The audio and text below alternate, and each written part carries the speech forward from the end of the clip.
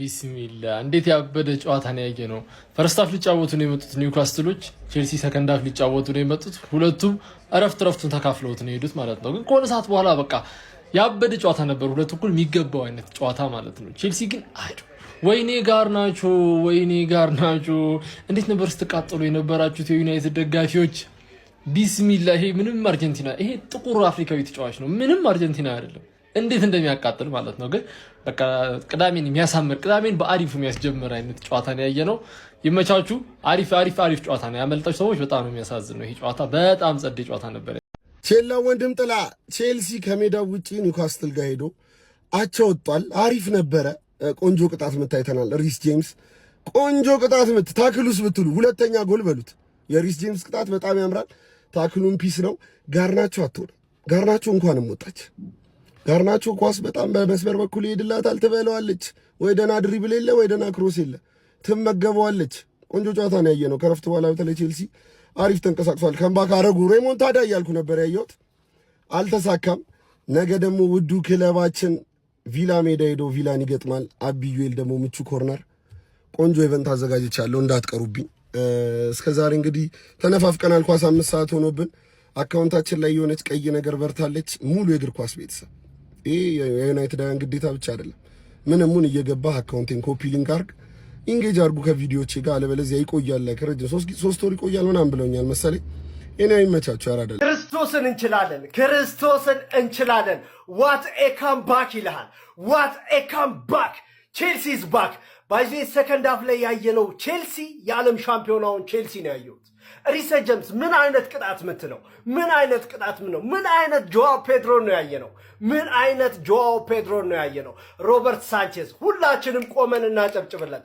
ሮበርት ሳንቼዝ የኛ ግብ ጠባቂ አሲስትም ያደርጋል። ብራዘር አሲስትም ያደርጋል። እዛ ክሊንሺታችን እኩል ሆነ ብለን ተደስተን ሳናበቃ የኛ ግብ ጠባቂ አሲስት ያደርጋል ነው የምልህ። ምን አይነት አጥቂ ነው ያለን? ጋድ ጆዋው ፔድሮ ይገባዋል። ሪስ ጄምስ ዛሬ ይለያል ነው የምላችሁ። ኮል ፓልመር ሰከንድ ሃፍ ላይ እጅግ በጣም ተቀይሮ ነው የገባው። ኤንዞ ማሬስካ ሰከንድ ሃፍ ላይ የዓለም ሻምፒዮናውን ቼልሲን አስመልክቶናል። ክርስቶስን እንችላለን። ጄምስ ፓርክ በጣም አስቸጋሪ ስቴዲየም እንደሆነ እናውቃለን። ብሉ ኢዝ ደ ከለር። ኮርቼበታለሁ፣ በቲሜ ኮርቻለሁ። ወያሊት አዳሜ እየመጣሽ የምታሽቃብጭ ሁላ ግቢና አውጩ። ሰከንድ ሃፍ 2 ጎል አገባው ብለ ይሄ የለንደን ኩራት ላይ አተኛም እኮ አባቴ። 90 ደቂቃ ፍሽካ እስካልተነፋ ድረስ አትችልም ማለት ነው። ብሉ ኢዝ ደ ከለር። ክርስቶስን ኮርቻለሁ። ሰከንድ ሃፍ እንለያለን ነው የምላችሁ። 90 ደቂቃውን በአጠቃላይ ተጋድለዋል ልጆቻችን። ከ2-0 መመራት ተነስተን ግባና አውጣው ነው የምልህ። ግባና ኧረ ቼላ 2-0 2-2 ምን አይነት ጌም ነው ማን? የቼልሲ ደጋፊዎች ይህንን ቪዲዮ ኮፒ ሊንክ ሪፖስት እያደረጋችሁ ጀምሩት ማለት አሁን ኑና አንዴ ልንገራችሁ ውስጥ ከሜዳ ውጪ ኒውካስትልን ማሸነፍ ማለት ነው ይላችሁ ለኔ ነው የተፈቀደው። ግን ከ2-2 በጣም የሚያምር ጌም ማን?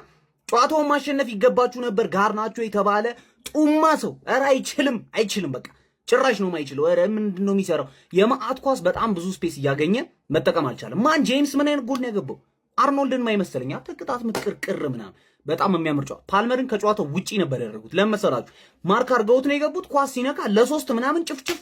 ኧረ ኒውካስትል ግን አንተ ሪሲሊንግ ነው ምንድነው?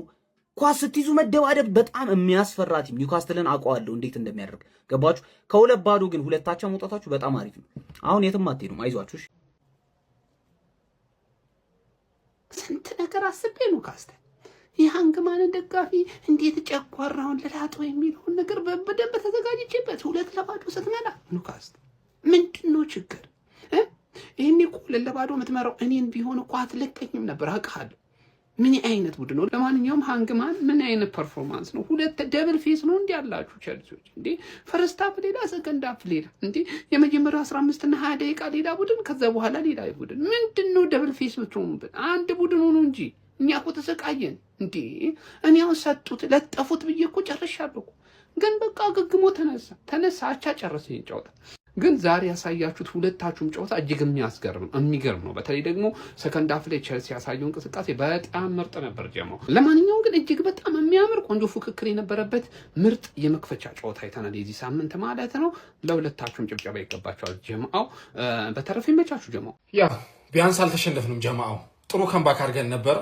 ያው ግልጽ ነበረ፣ ለእኔ ገብቶኝ ነበር ኒውካስትል ካቻ በላይ ዘን እንደማንወጣ ግልጽ ነበረ። ቸልሲ በዚህ አቋሙ ቶፕ 4 ያሰገዋል ጀማው። የምሬ ነው የምነግራችሁ። አሁን አሰልጣኙም ጋር ችግር አላየሁም፣ በዛሬ አሰላለፍ ተጫዋቾቹም ጋር ችግር አላየሁኝም። በቃ እንደ ቡድን አልቻልንም። ኒውካስትል በልጦን ነበረ። ፈርስት ሃፍ በቃ ባይሆን ጭቦይ ነበር የተጫወት ነው። እንደውም ሰከንድ ሃፍ የሚገራርሙ ሙከሮች ሞክረናል፣ ሳተን እንጂ ያለ ነው ምንም ማለት አይደለም። ያው ከዋንጫው ፉክክር ትንሽ ገለል እያለን ይመስላል። ቆየን ገለል ካለን ግን በዚህኛው ትንሽ የተረጋገጠ ይመስላል ጀማው አይደለ? ከዋንጫ እንደወጣን ያው ለቶፕ 4 እንቀጥላለን ማለት ነው። ምንም አዲስ ነገር የለውም። አደራጅተን ቲማችንን ደግሞ በደንብ ማስጨነቃችንን እንቀጥላለን። ብዙ ቶርናመንቶች አሉ፣ ሻምፒዮንስ ሊግ ምናምን ብዙ አለ። እንዳያሳስባችሁ አንዱን ዋንጫ ይዘን እናጠናቃለን በዚህ ዓመት። ያው የሚጠበቅ ውጤት ነው፣ እንዳይደብራችሁ። እኔ አልደበረኝም። ያው ካደረግነው ከምባክ አንጻር ምንም የደበረኝ ነገር የለም። ጀምስ በጣም እወድሃለሁ። በጣም ጀግና ተጫዋች ነህ። ካይሴዶም ምርጥ ተጫዋች ነህ። ሌሎቻችሁ ምርጥ ናችሁ። በቃ ጋርናቾ ትንሽ አበሳጭተኛል። እየሳትካቸው የነበሩ ኳሶችን እነሱን አስተካክል። ሌላው ምርጥ ነገር ነው። እንደ ቡድን ግን አልቻልንም። ዞሮ እንደ ቡድን አልቻልንም። መልካም ምሽት ጀማው። ሃንግማን አቻ ወታለች። ኖርማል ነው። ቶፕ 4 ለመግባት አቻ ኖርማል ነው። ሴንት ጄምስ ፓርክ የሁለት ሃፍ ጨዋታ ነው ያየነው። ፈርስት ሃፍ ኒውካስል እሳት፣ ከዛ ሰከንድ ሃፍ ካፒቹሌት። አርሰናልን ባለቀ ሰዓት ሰጠው፣ ሊቨርፑልን ባለቀ ሰዓት ሰጠው። ኒውካስል ይሰጣል። ቸልሲ ኮንክ ግን አቻ ይወግምብሃል። ሪስ ጄምስ ምን አይነት ቅጣት ምትን ያገባው አባቴ! ይህ ሰውዬ ሚድፊልድ ላይ ከባድ ፕሮስፔክት የሆነ ሰው ነው። ይሸጡታል ማለት ነው ቸልሲዎች። ታውቃላችሁ ቫይቡ ሊሸጥ ነው ማለት ነው። ፓልመር ደግሞ በጣም የሚጮህበት ስቴዲየም ውስጥ ምናምን አይደለውም፣ ራሱ ነው የሚበርደው። እኛም ሳይሆን የሚያበርደን ራሱ ነው የሚበርደው። ማሬስካ ይችላል፣ ተጫዋች ስለሌለው ነው። የተገነዘብናቸው ነገሮች ማለት ነው። ዛሬ ብትሸነፍ ይኖሮ ስምንተኛ ነበር የምትሄጂው ማለት ነው። ሁሉም እንዲህ ብሎ ወንድም ጥላ ራሱ እንዲህ ብሎ እየቋጠረብሽ ነበር። ክፉ ነው፣ ለራሱ ጥቅም ብቻ ነው የሚያስበው። ሰገጠ መፈመስ አለብህ ሃንግማን፣ ያለበለዚያ ጉድ ውስጥ ነው የምትገባው ሃንግማን፣ ነግሬሃለሁ። የሲቲን ጨዋታ ስትሪም እናደርጋለን፣ የሊቨርፑልን ጨዋታ ስትሪም እናደርጋለን፣ የአርሰናል ጨዋታ ስትሪም እናደርጋለን። ቋጣሪም ጠርተናል፣ ወያላ ጠርተናል። ዛሬ የኔ ቀን ነው ዛሬ። ምን አለ በለኝ አተ ኧረ ምን አይነት ጨዋታ ነው! ኧረ እግዚአብሔርን ፈጣሪ ያተረፋቸው እግዚአብሔርን። ምን አይነት ጨዋታ ነው! ሰከንድ ሃፍ ይቅርታ እንግዲህ ያው ሰከንድ ሃፍ ሁለተኛው ጎል እንዲህ እንደጨፈርኩ፣ የመጀመሪያው ጎል እንዲህ እንደጨፈርኩ። ኧረ ሪስ ጄምስ ምን አይነት ተጫዋች ነው! ጆዋ ፒሮ እስከዛሬ የሚያቃጥለንን ምን አይነት ጎል ነው ያስመለከተን! ሳንቼዝ አሲስት። ኧረ በስማም ለተመልካች አዝናኝ ጨዋታ እግዚአብሔርን ሳትወሻሹ በቃ የሚገርም ጨዋታ ነበረ። ክፍት ጨዋታ ነበር። በቃ ክፍት ጨዋታ። ከባዱን ጨዋታችንን እስከዛሬ 4 ዓመት ተከታታይ እዚህ ሜዳ ላይ ተገርፈናል።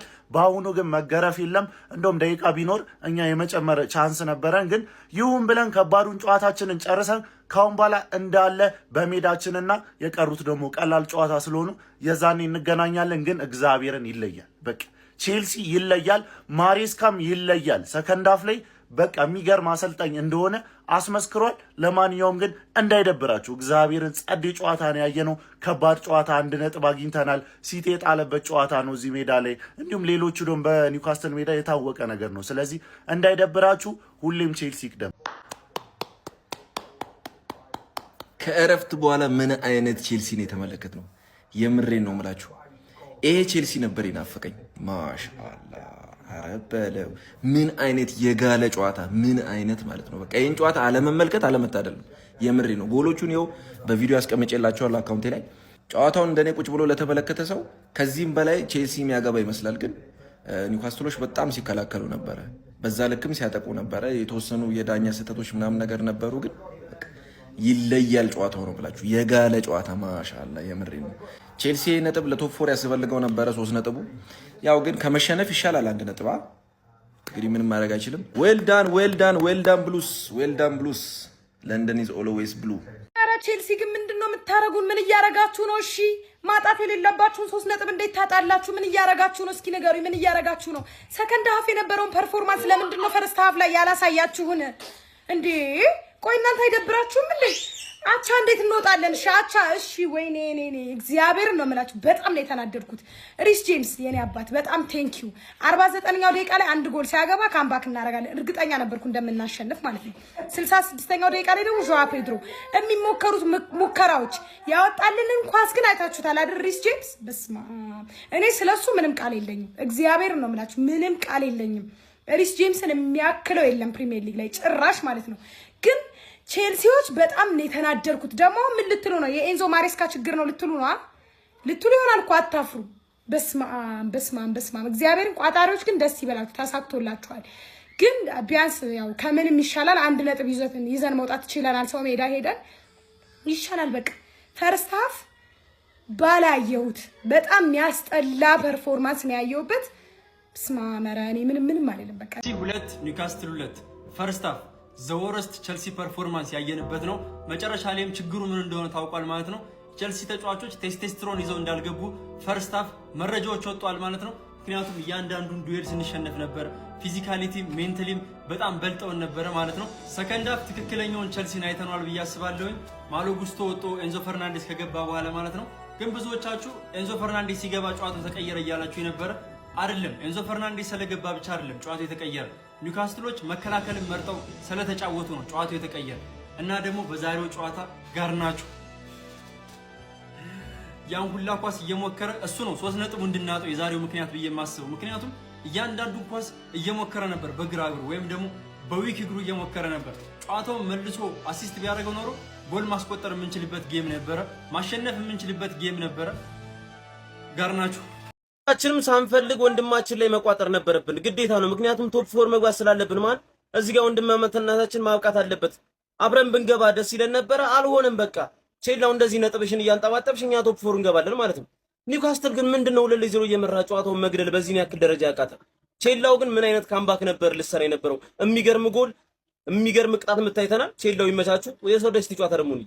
አቤት እንደዚህ አይነት ጨዋታ አንደኛ የምንፈልገው እዴ ጄምስ ምን ቀን ነው ቼልሲ ቤት የመጣኸው? በእናትህ አንተ ሰውዬ ምን ቀን ነው ቼልሲ ቤት የገባኸው? ወይኔ አሁን ፈርስት ሀፍ ለተመለከተ ቼልሲ 2 ያገባል ብለህ ታስባለህ? ያገባህባቸው ስምት ጎል ነው እንዴ? ራምስዴል በቃ ጸጥ ነው ያለው። ደግሞ ፈርቼው ነበር። አንተ በጣም ትችላለህ። በጣም ዘሞስት አንደርሬትድ ፕሌየር ቢኖር ጄምስ ነው። ፈርስት ሀፍ ለተመለከተ ሰከንድ ሀፍ ቼልሲ እንደዚህ አይነት ውጤት ያመጣል ብለህ መጠብ ካምባክ ሊሰሯቸው ነበር ለጥቂት። ኒውካስትል የሳቱት ወቅ ኒውካስትል ቅያሬ ያደረጋ እነ ባርንስን ወይኔ ኤላንጋ ማዛጋ ዊሳ እያለ አስበላቸው። ግን ያበደ ወልትማን በጣም ይችላል። ግን ጥያቄ አለኝ እዚህ ጨዋታ ላይ ይሄን እንኳን እዚህ ጋር እንዲ ከተተው ጉርጉ እንዲ ከተተው ቱቦ ውስጥ ጨምረን ያደርገው እዛ ማኖን እሺ ይሁን። ግን ጨመረው እንደዚህ ትከሻለህ። እኔ መልሱልኝ ይሄን አምባላ ለቼላ ማለት ነው። ፈረስት ሀፍ አያስፈልገውም፣ ሰከንድ ሀፍ ብቻ ነው ማጮት አለባቸው። አረ ቼላው አረ ሃንግማ ሰከንድ እኮ ማለት ነው። ኒውካስትልን አስጨነቀው። ኒውካስትል ተረፈ እና ከአሁን በኋላ ማለት ነው ሃንግ ማለት ሰከንድ ሀፍ ብቻ አጭቷል።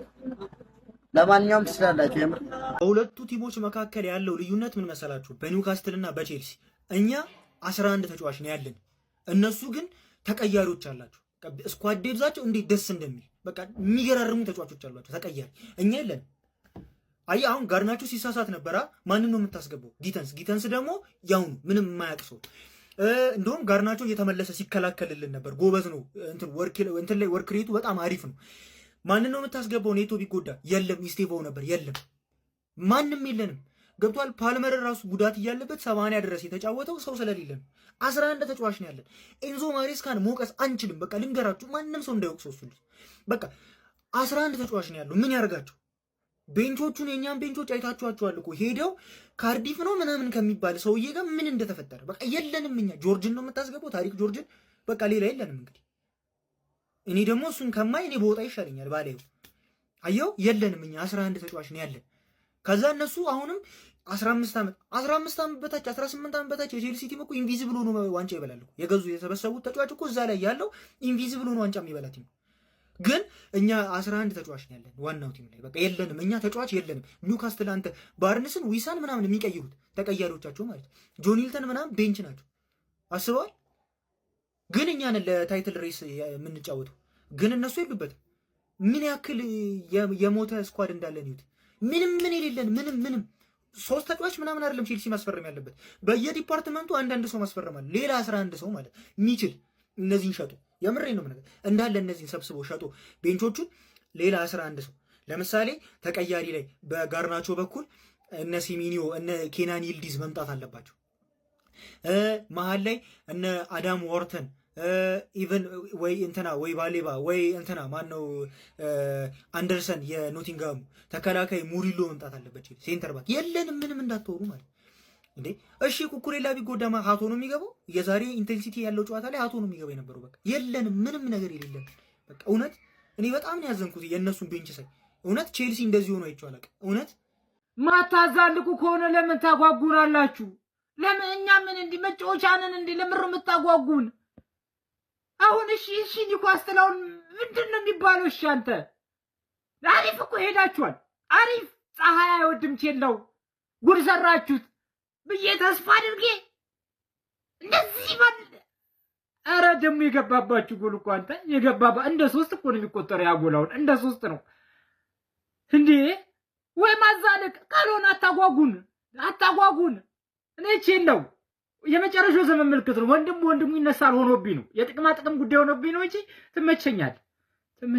ምን አማራጭ አለኝ? ትመቸኛል። ጋይስ ምን አይነት አስገራሚ ጌም ነበር የተመለከትነው። ከጥቂት ደቂቃዎች በፊት ያለቀውን የኒውካስትል እና የቼልሲን ጨዋታ እያየው ነበርና ፕሪሚየር ሊግ ምን ጓጓለት ምን ወደው ለምን እንደሆነ የሚያሳይ ጨዋታ ነበረ።